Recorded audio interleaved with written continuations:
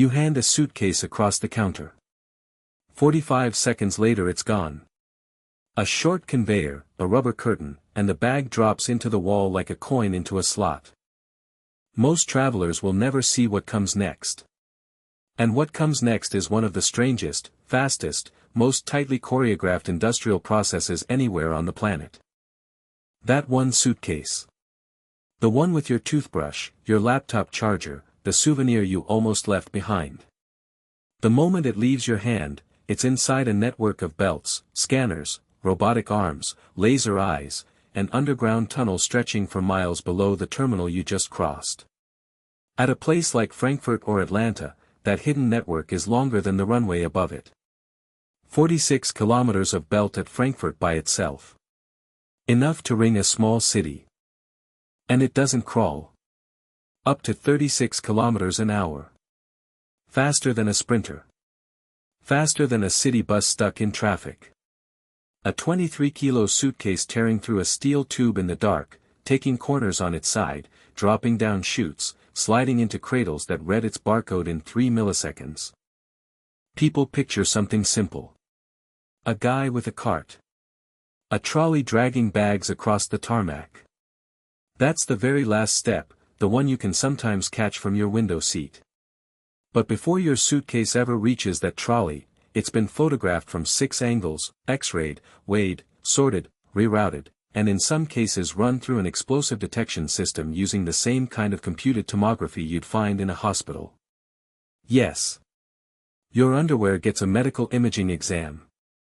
Here's what most people get wrong. They assume the airport is the destination. It isn't. The airport is the machine. The terminal you walk through, with its coffee shops and duty-free perfume, is just the visible top floor of an industrial sorting facility that runs around the clock, in shifts, for decades, without stopping. Below your feet, right now, in every major hub on Earth, suitcases are screaming through tunnels at 30 kilometers an hour, guided by computers that know exactly which plane each bag belongs to, how much time is left before pushback, and which of 40 possible routes will get it there fastest. So where does your luggage actually go? Let's follow one bag from the counter to the cargo hold. Step by step.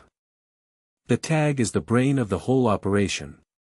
That little paper strip the agent loops around the handle carries a 10-digit license plate number, a barcode, and at some airports a tiny RFID transponder no thicker than a grain of rice.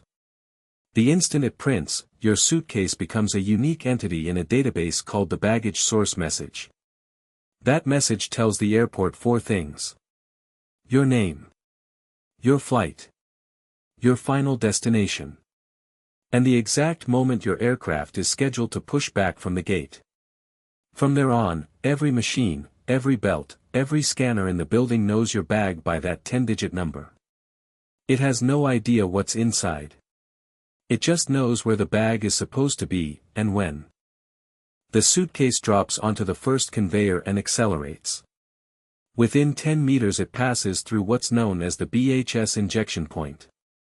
A laser scanner mounted overhead reads the barcode in under 300 milliseconds. If the scan succeeds, your bag is in the system. It's tracked. It belongs. If the scan fails, and it fails on roughly 5% of bags worldwide because of folded tags, wet paper, or a corner of plastic film over the label, the suitcase is automatically diverted to a side belt called the manual encoding station. There, a human operator photographs it, types in the number by hand, and re-injects it into the network. The whole correction takes about 20 seconds. Then comes the first checkpoint that really matters. Security. This isn't the X-ray you walked through with your shoes off. This is something far heavier. At a level 1 scanner, your suitcase rolls through a tunnel where rotating X-ray sources photograph it from multiple angles. A computer compares the image against a library of thousands of known threat profiles. The whole pass takes under 4 seconds. If the algorithm sees nothing suspicious, the bag continues. About 85% of suitcases clear level 1 on the first try. The remaining 15% get bumped up. Level 2. Here the bag enters an EDS, an explosive detection system, a CT scanner identical in principle to the one in a hospital. It rotates around your luggage and builds a three-dimensional volumetric image, slice by slice, in roughly 6 seconds. Software analyzes the density of every object inside. A hair dryer reads as a hair dryer. A laptop reads as a laptop. A bottle of contact lens solution reads as exactly what it is, because the algorithm knows the density signature of saline.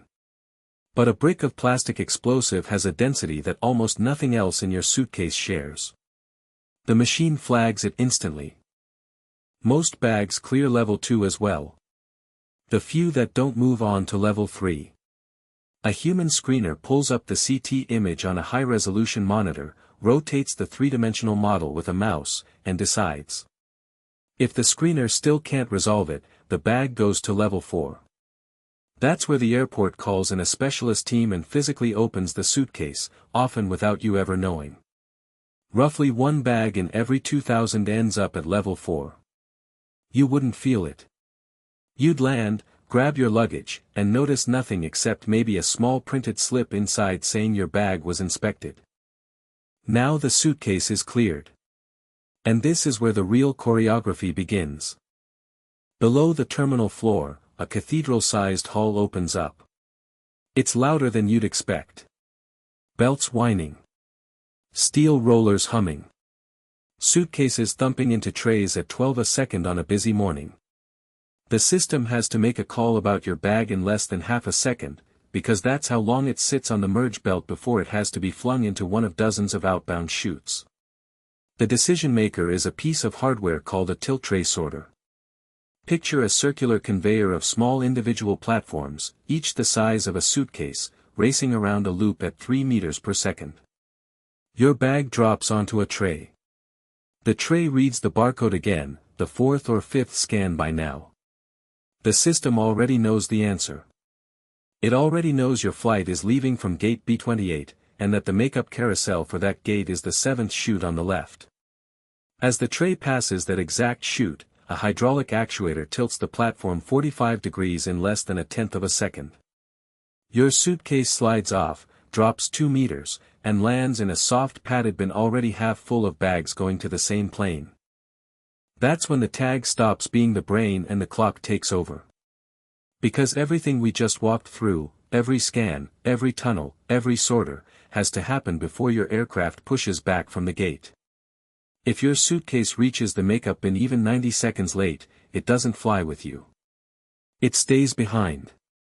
And 90 seconds, in this building, is a very long time.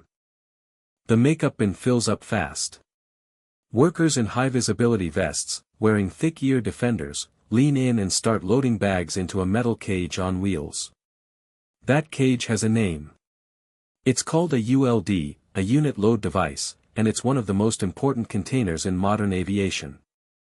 On most wide-body aircraft, it's specifically an AKE, a curved aluminum box shaped to fit the contoured belly of a Boeing 777 or an Airbus A330.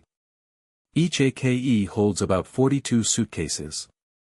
A 777 carries up to 38 of them. That's nearly 1,600 bags in the belly of a single airplane. Loaders don't just toss bags in. They stack by weight. Heaviest items go on the bottom. Soft cases stack on top of those. Fragile stickers always face upward. And there's a reason for the order. At cruising altitude, the cargo hold is pressurized to roughly the same level as the cabin you're sitting in, but the temperature swings hard. On the ground in Dubai, it can hit 50 degrees Celsius inside that aluminum box.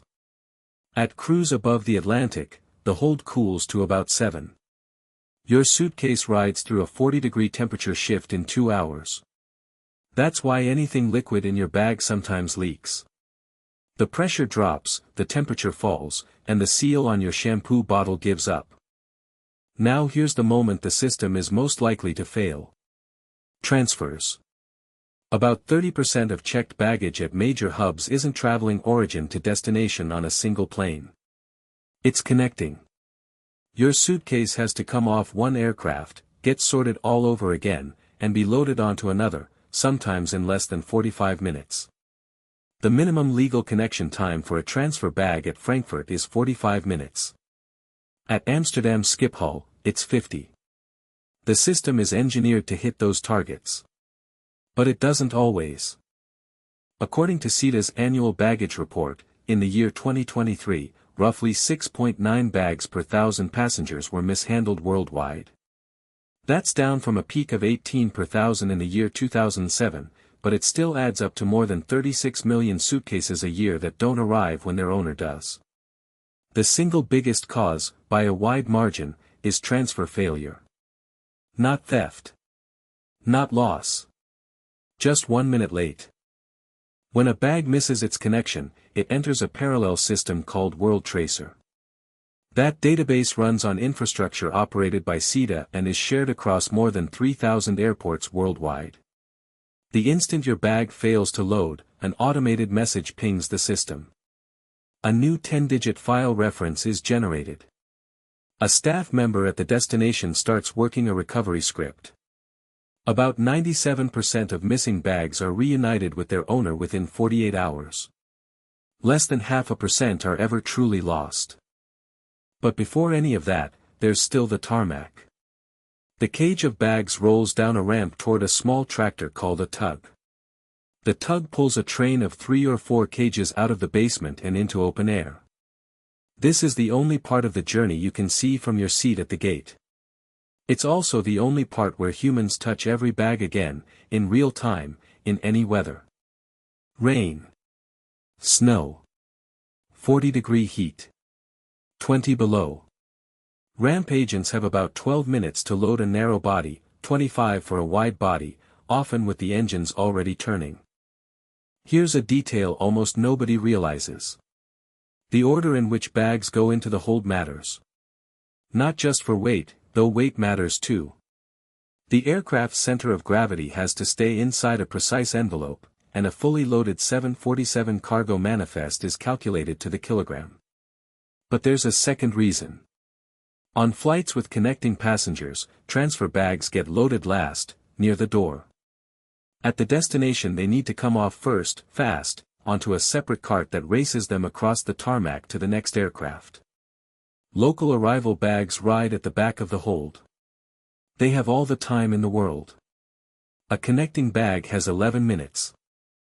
If the plane's gate changes at the last second, which happens to about 3% of departures at a major hub, the whole bag train has to be rerouted. The cages get pulled, redirected through the basement, and restaged at the new gate. Sometimes the suitcase that was second in the queue ends up last. And sometimes it just doesn't make the flight. There's one more thing happening down there that you'd never guess. Live cargo. In the same hold as your suitcase, you might be sharing the ride with a sedated golden retriever in a temperature-controlled crate, a pallet of human organs bound for a transplant center, or 800 kilograms of tropical orchids on their way to a flower market in Holland. The cargo hold of a modern airliner is split into compartments with separately controlled ventilation. The forward hold is often kept at 18 degrees Celsius for live animals. The aft hold runs cooler, around 7, for general baggage and perishable freight. Your suitcase doesn't ride alone. It rides in a moving warehouse, and that warehouse has rules of its own. Here's the twist most travelers miss. The system never stops. Not for holidays. Not at 3 in the morning. Not when the terminal upstairs is dark and empty and the last passenger has gone home. The conveyors keep running. Maintenance crews walk the belts with flashlights. They replace worn rollers.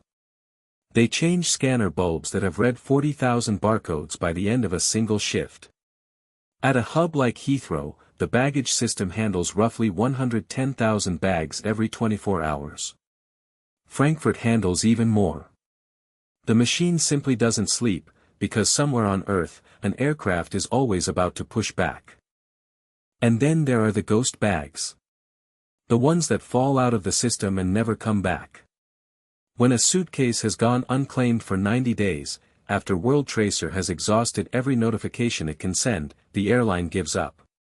In the United States, those bags end up in a single warehouse in Scottsboro, Alabama. The Unclaimed Baggage Center.